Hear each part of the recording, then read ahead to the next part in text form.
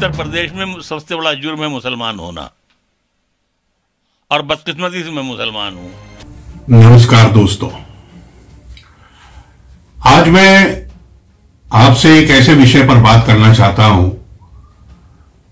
जिसके बारे में हिंदुस्तान में बहुत ही शोर मचाया गया है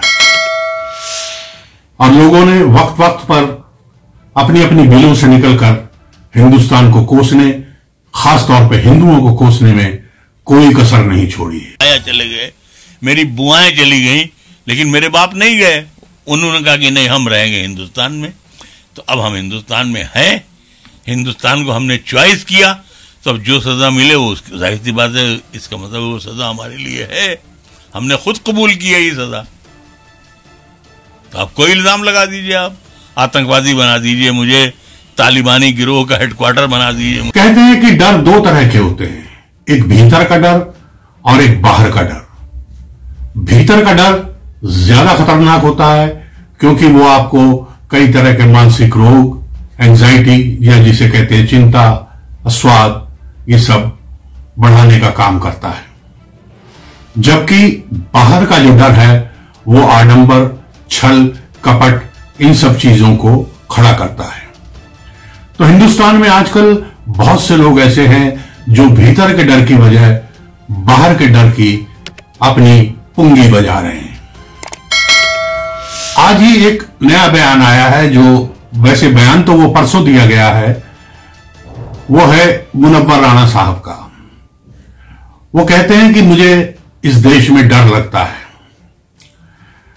यहां रहने से डर लगता है, मेरे बच्चे गोली चलाते हैं अपने ही चाचा पे, मुझे डर लगता है, हम सड़क पे नमाज पढ़ते हैं, हमें डर लगता है, हम धार्मिक स्थलों के बाहर उत्पात करते हैं, हमें डर लगता है, हम लोगों को पलायन करवाते हैं, हमें डर लगता है, हम शाहीन बाग की सड़कों को 3 महीने तक घेरे रहते हैं, हमें डर लगता है, दिल्ली में दंगे कर देते हैं, 50 से ज्यादा हिंदुओं का कत्ल हो जाता है, हमें डर लगता है। उन्हें हर उस चीज से डर लगता है जिसमें गजवाए हिंद जिक्र नहीं आता। गजवाए हिंद का जिक्र मैं इसलिए कह रहा हूं क्योंकि ये बेसिकली पूरी मानसिकता जो है ये गजवाए हिंद की है कि एक दिन हिंद के लाल किले पर परचम फैलाना है। किस चीज का? मुगलिया परचम, चांद सितारे का परचम। उनको आज तक भी इस बात का कोई यकीन नहीं है कि हिंदू कैसे राज कर सकता है, जबकि उनको मालूम नहीं कि तुर्कमेनिस्तान, कजाकिस्तान, अफगानिस्तान, पाकिस्तान तो खैर जुम्मा जुम्मा 4 दिन पहले पैदा हुआ है, इन सब जगहों पर, म्यांमार, बर्मा, हिंदुओं का ही राज था। हिंदू बादशाहों ने वहां पर राज किया। खैर उस बात को भी एक किनारे पर रख देते हैं, बात हम करते हैं इनके डर की।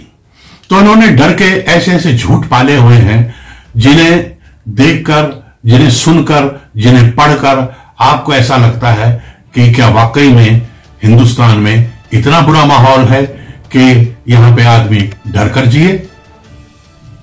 क्या इस तरह की मानसिकता वाले लोगों को शायरी करने से कोई रोक है? कविता पढ़ने से कोई रोक है? काम करने से कोई रोक है? नहीं, लेकिन डर है।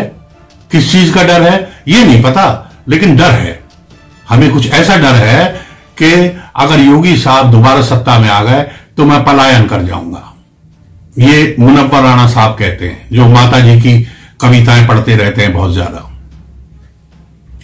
अब इनसे पूछा जाए कि आप पलायन कर जाएंगे उत्तर प्रदेश से, तो जाएंगे कहां?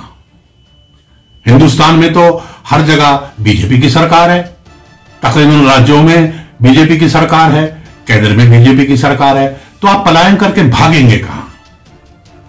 आपको पाकिस्तान जाना पड़ेगा या तालिबानियों के पास जाना पड़ेगा, और तो कोई जगह है नहीं। तो ये इस तरह के लोग हैं जो इस तरह की झूठी बातें फैलाकर लोगों को उकसाते हैं, लोगों को डराते हैं। उनका कहना है कि आज मुसलमान इतना डरा हुआ है कि उसके घर में छुरी भी नहीं है। अरे भैया, हिंदुओं के घरों में तो कभी भी छुरी क्या, एक डंडा तक नहीं होता है। वो किसी आवारा कुत्ते को भगाने के लिए भी आसपास कहीं रोड़ा ढूंढते हैं, पत्थर ढूंढते हैं, ताकि उसको फेंक कर मारा जा सके और उसे भगाया जा सके। तो ये इनके लिए बहुत बड़ी चीज है कि हमारे घरों में आज छुरी तक रखने की हमें इजाजत नहीं मिल रही है, क्योंकि इनको तो आदत पड़ी हुई है AK-47 की, मशीन गन की, ग्रेनेड्स की। तो दोस्तों, ये ऐसे छलटी और कपटी लोग हैं जिन्होंने इस देश का नाम बदनाम करने में कभी कोई कसर नहीं छोड़ी। यहीं का खाया, यहीं पढ़े, यहीं बड़े हुए, यहीं के तंदुरुस्ती और स्वास्थ्य सेवाएं और सब कुछ एंजॉय किया, और उसके बाद इनको डर लगने लग गया। एक और साहब है, नसीरुद्दीन साहब, कहते हैं 2 मुहैया सांप होते हैं कुछ। ये वो 2 मुहैया सांप हैं जिनके पास बोलने के लिए, कहने के लिए बहुत सारे शब्द हैं, क्योंकि कलाकार है ना, तो अपनी कलाकारी के जुमले जो हैं इस तरह के डर में लपेटकर ये भी समय समय पर फेंकते रहते हैं। दूसरे मुंह वाले सांप जो हैं वो जावेद अख्तर साहब हैं। वो दुनिया को फिलॉसफी समझाते हैं। इनको सबको उठा के तालिबानियों के पास भेजा जाए, बोको हराम वालों के पास भेजा जाए, जहां पे लाखों लोगों का कत्लेआम मुसलमानों ने ही मुसलमानों का कर दिया है। इनको भेजा जाए वहां। ये जो तकरीर हमको सुनाते हैं, यहां पर जो उपदेश हमको देते हैं, ये जरा वहां दें, वहां उनको समझाएं। चीन में मस्जिदें तोड़कर सुलभ शौचालय बना दिए गए, इनमें से किसी की आवाज नहीं निकलती। ये चाइना जाके ऐसे सीधे खड़े हो जाते हैं जैसे कि बांस का पेड़ सीधा खड़ा होता है। वो बात अलग है कि बाद में वो थोड़ा झूम जाता है, और ये भी ऐसे ही झूम जाते हैं क्योंकि वहां पे इनकी आवाज नहीं निकलती। तो ये इस तरह के लोग हैं जो कोई ना कोई ड्रामा रचते रहते हैं, हिंदुस्तान में उपदेश देते रहते हैं, लेकिन बाहर जाकर किसी को उपदेश नहीं देते।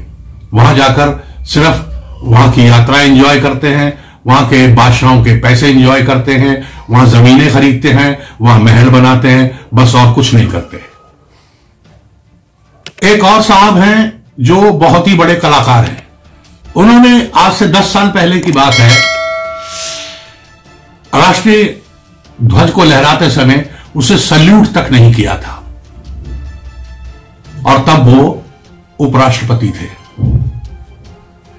आपने सालों तक उपराष्ट्रपति की जो गरिमा को एंजॉय किया, उस कुर्सी को एंजॉय किया, उस पद को एंजॉय किया, और फिर जैसे ही आप उस पद से हटे, दूसरी सरकार आ गई, आपने कहना शुरू कर दिया कि यहां डर लगता है।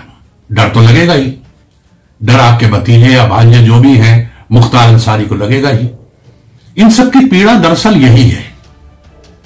इनके जो पाले हुए गुंडे, बदमाश और जो बेईमान भ्रष्टाचारी लोग थे, वो सब आज सलाखों के पीछे धीरे धीरे जा रहे हैं। इसीलिए इनको लगता है कि अब तो ये मुल्क हमारे लायक नहीं रहा, क्योंकि अब तो हमारे यहां इस तरह की चीजें हो नहीं सकती। तो वो अंसारी साहब आज सलाखों के पीछे पड़े हुए हैं। एक अतीक अहमद साहब है, वो भी सलाखों के पीछे पड़े हुए हैं। और भी जितने गुंडे हैं, दंगा करने वाले, कैराना में हिंदुओं को डराने वाले, उनके मकान पे कब्जा करने वाले, वो सब सलाखों के पीछे पड़े हैं। तो दोस्तों, ये अंसारी साहब वो एक शख्सियत हैं जिन्होंने हिंदुस्तान के बड़े से बड़े पदों को एंजॉय किया और आज हिंदुस्तान को ही कोस रहे हैं। एक सलमान खुर्शीद साहब हैं, उन्होंने हिंदुओं की तुलना बोको हराम से कर दी। बोको हराम जिसके ऊपर लाखों मुस्लिम हत्याओं का आरोप है। आरोप क्या उन्होंने किया है? अगर हिंदुस्तान का हिंदू बोको हराम की तरह होता तो आपकी आवाज नहीं निकलती, आपके हलक में जीभ उल्टी होकर पेट में चली जाती। यहां पर हिंदुओं को गाली देते हैं, हिंदुओं को कोसते हैं, हिंदुओं की सत्ता को चैलेंज करते हैं, इस देश की सत्ता को चैलेंज करते हैं। और जो अच्छे मुसलमान हैं, जो आगे बढ़ना चाहते हैं, उनको डराते हैं, उकसाते हैं। कहते हैं कि इनको वोट देना मतलब अपने आप को खतरे में डालना है, यानी एक व्यक्ति है, उसे प्रधानमंत्री बनवा दो, ताकि हम लूटमार कर सकें, गुंडई कर सकें, बदमाशी कर सकें।